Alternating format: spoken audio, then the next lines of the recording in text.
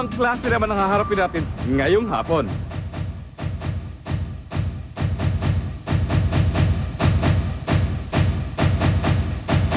At ang hari po mismo ng aksyon ang dinayo namin dito sa Palawan.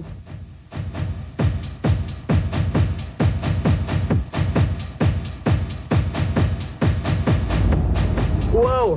Palawan na Palawan talaga. Dahil dito niya ginagawa ang life story ni Puerto Princesa Mayor na si Edward Hagedorn.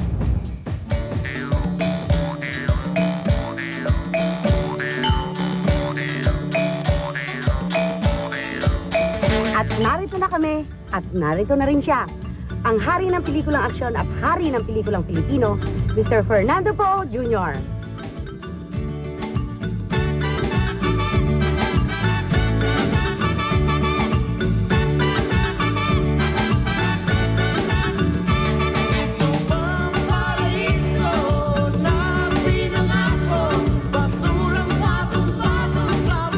Sa loob po ng napakaraming taon, marami na pong aktor ang nagpanggap na sila na po ang may hawak ng trono.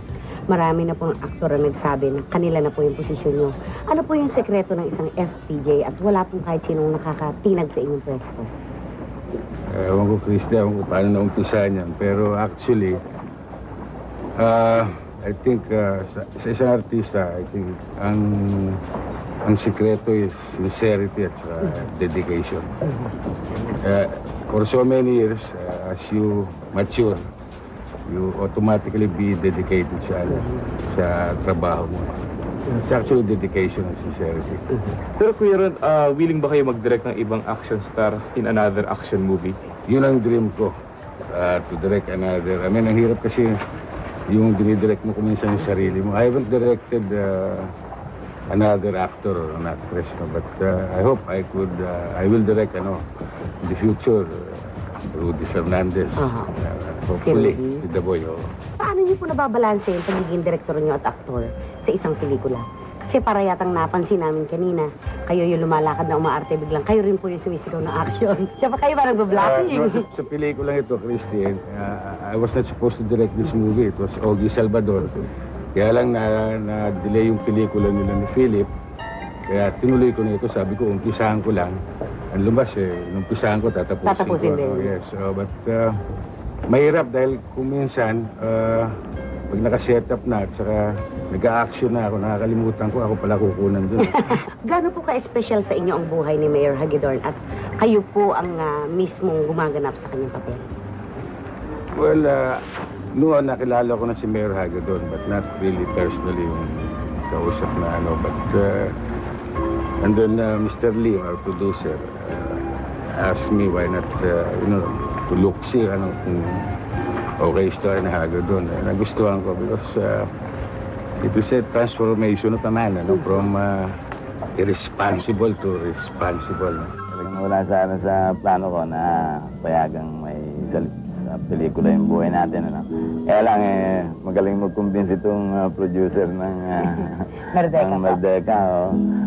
At ang sabi rin naman ng ibang mga malalapit sa atin, pati na ng pamilya, siguro hindi rin masamang makapagbigay tayo ng pag-asa din sa mga ibang mga kababayan natin na nawawala na ng pag-asa dahil sa medyo malungkot yung kanilang pinagdaanan.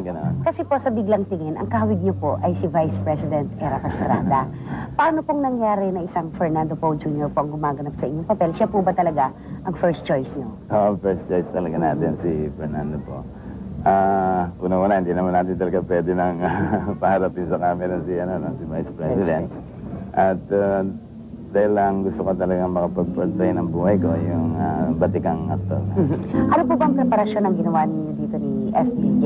Kailangan po ba niyang magkakilala kayo ng gusto? Inalam po ba niya ang background ninyo? Medyo matagal-tagal na nagkaroon kami ng one-on-one, para makuha niya yung tunay natin pag-ugali.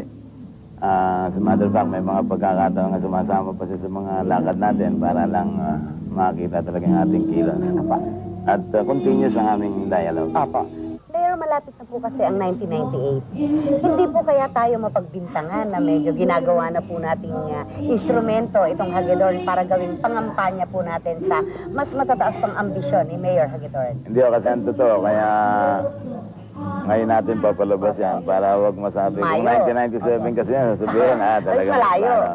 Wala ho akong ambisyon sa buhay na tumaas pa o umanap pa ng ibang posisyon. Ang sa akin lang, sabi ko nga, siguro panahon na upang ipakita lang natin sa ating mga mamamayan ang maaaring mangyari sa isang taong nagbagong buhay. Kasi naging makulay daw po yata ang buhay ninyo ni Tita Ellen, ang ating mayora. Gaano po ba kakulay ang buhay ng isang Mayor Hagedorn? Napakahirap mga i-describe. Very colorful dahil actually yung kapatid niya lumiligaw sa kay Ellen. Yung kapatid niya mas matanda, no? Si Boy Alex. Ako ang messenger. Ikadala ng sulat, ikadala ng bulaklak. Bakit daw si Charmaine Arna isang napiling leading lady? Well, I saw her once at sa telesine. Sa isang drama telesine, nakita ko si Charmaine. Ang po bagay kay Charmaine. She's a good actress. Very good. Very good actress. Ano bang sa inyo ang hard action? Well, hard action is not actually yung barilan, ano? It's the depth mismo ng story. Bago makarating dun sa pupuntahan ng story. Ang hard action sa akin is that hindi yung paramihan ng blasting. Putukan. It's not the blasting lang, o mga putukan. This is a story where, to reach a certain exclamation point. Ano po usually ang na-encounter na Problema. problema ng mga producer at mga artista tungkol sa sinasabing violence? Well, sa violence sa akin, actually, pag nakikita ng dugo, kadalasan pinuputol. Pero yung iba naman, depende sa approach, hindi naman pinuputol. Alam ko lang dun sa mga MST ba yan? I really don't know. Saan kayo mas thrill sa ma-nominate bilang Best Actor or Best Director? As best director dahil you control everything. As an actor, actually, well, you need the support of everyone, but as an actor, para individual, no? As a director, the entire lang. team o the entire body, well, with all the support of the script and cinematographer and all, but ang totoo nun, as a director, parang hawak mo lahat, nasarenda mo lahat. Ano po ang feeling ninyo kapag tinatawag kayong hari? Hari ng aksyon? It's flattering, pero kung minsan ewan ko paano nag-umpisa yun. It's very flattering, kaya lang, ewan ko kung saan nag-umpisa yan, no? Kayo naman po kasi talaga yung nakaupo na hindi natitinag. Kayo naman yung talaga. I really don't know Butch, kung paano Pero nag-umpisa. pillar Siguro sa tagal ko na, no? Huwag na nga, Sige, napatunayan movie, mo but, mahirap sagutin yun. Yeah, anyway, thank you.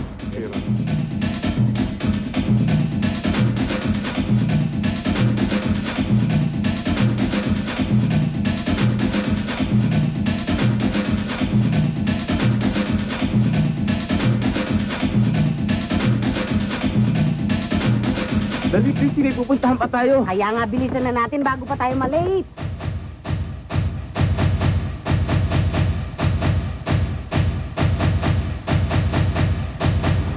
Makiki-eksena na naman tayo sa isa pang pelikula.